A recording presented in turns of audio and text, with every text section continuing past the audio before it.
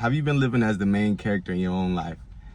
If you haven't, then today we're going to be talking about why you should be.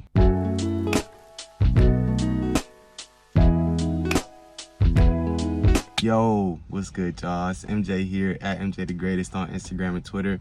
Back with this week's video. Huge shout out to y'all again for the likes, the comments, the subscribing, the support. All the ways y'all show love. Huge shout out to y'all. Definitely love y'all so much. But let's get into it, man. The title of this week's video is You Are the Main Character. So I'm gonna need y'all to hang with me this week because we're gonna get a little deep, but I promise you it always, it always ties right back into everything we always be talking about. But this week I wanted to talk about you guys. So I'll just ask, like, I know you guys have probably heard about or heard of or heard people say main character syndrome, or that person got main character syndrome, or they act like the main character, or some, saying some type of form or mashup of those type of words. And at first I used to think that people who thought that way, or people who were act like they were the main character or something like that, I used to think that they were like shallow or egotistical, or the word that gets thrown around a lot is like a narcissist and things like that, right? But the more I started to realize and started to grow, I became to realize that, wait, I am the main character in my own game. You know what I'm saying? Because for too long, too often, I was an NPC in somebody else's game.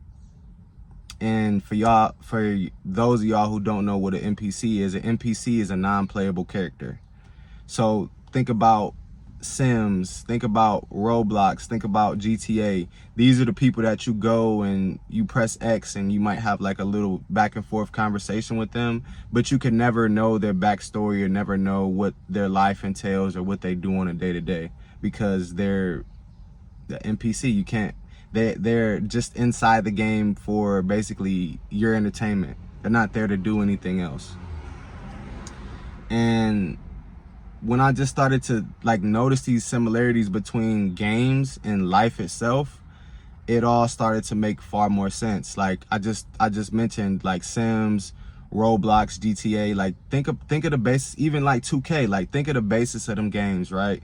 You start out, you have this empty vessel to which you customize down to the hair, down to the eye color, down to the grooming, down to the skin color, down to what even clothes you want to wear, what attributes you would like to have, what skills you would like to have, what appearance, you know what I'm saying? All these different things you build up, basically the avatar that you want to present in front of the world. And that's when it kind of just hit, like, oh, that's life. That is our every single day life. What I just described, that's life. You know what I'm saying? Because what do? We wake up, we choose how we want to groom ourselves, we choose the color of our hair, we choose how we dress.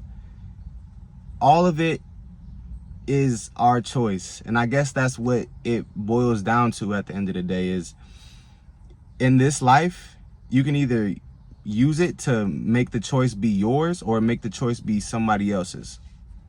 And I know this is like, I don't want to ever, like I said, I always tell you guys, like, I never try to tell you guys these things so that you can just up and jump and make a decision, or up and jump and make a quick, hasty move.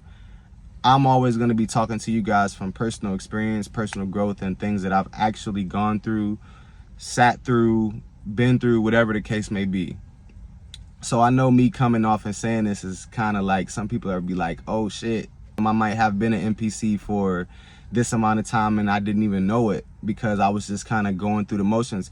You know, if you ever catch yourself saying like, I'm just kind of going through the motions, or I don't know, I kind of have just been simulating through life. Like if you catch yourself saying these types of things, those are like subtle little signs that you have been living life as an NPC. I just talked about in my last video about how that video was about finding your tribe and finding a community, but it was a part in there where I just talked about just doing every single thing that I wanted to do for the week. or just living my life like that in general, right? So once I had that week of just doing everything that I wanted to do without asking anybody or waiting for anybody, or you know what I'm saying? Not to say that like I have to do things alone or anything like that, but how many times, like I'll ask you guys, like how many times have you stopped yourself from doing something that you personally want to do because you didn't have somebody to come along with you, because somebody else didn't want to go, because somebody flaked at the last minute, because somebody just didn't like that thing as much as you liked it? Like how many times have you stopped yourself from doing something that you know you really would have liked to do because you didn't have a crowd, or you didn't have somebody to accompany you, or you didn't have somebody else to say yes? What happens when you strip all that away is you figure out who you are and what you actually like. And so I guess that kind of gets into the point of when I say being the main character, it doesn't mean be egotistical. It doesn't mean be full of yourself, but it does mean to put yourself first, right? A big buzzword that gets thrown around a lot is like self-care. But what does that actually resemble? What does that actually look like? What does that actually feel like? And I will tell you guys, like I told y'all last week, about how I felt that entire week and moving forward, of just living my life on my own terms, which really started when I quit my job last year, and I'm here now. So I can't sit up here and tell y'all it doesn't take an immense amount of faith to start to make these decisions, but I can tell y'all that the happiness that accompanies these decisions, and the freedom that you get from making these decisions and taking back your control of your life, is priceless. Like I can't put a price tag on it. I wouldn't have done it any other way. And I mean that from the essence of my soul. I wouldn't have done it any other way. Let's talk about work-life balance. And y'all know too, that's like a kind of like buzzword that's been getting thrown around these past couple years. So what does that actually look like? What does that actually resemble? What does that actually mean? Because let's just think about it. Like me personally, I was eager. Like I was like ready to hit the ground running and get any job I could. So I started working when I was 14. When I was 16 in high school and I got my first official job, I began to start to see kind of how, you know, the structure of life was. Think about it. It's 24 hours in a day, right? So for 8 hours, I was in school. Get out of school, another 8 hours I'm at work, and then I got to go home and I got 8 hours to sleep. So in 3 portions, my whole day is gone. So where is the work-life balance in that equation? Where is the room for the work-life balance?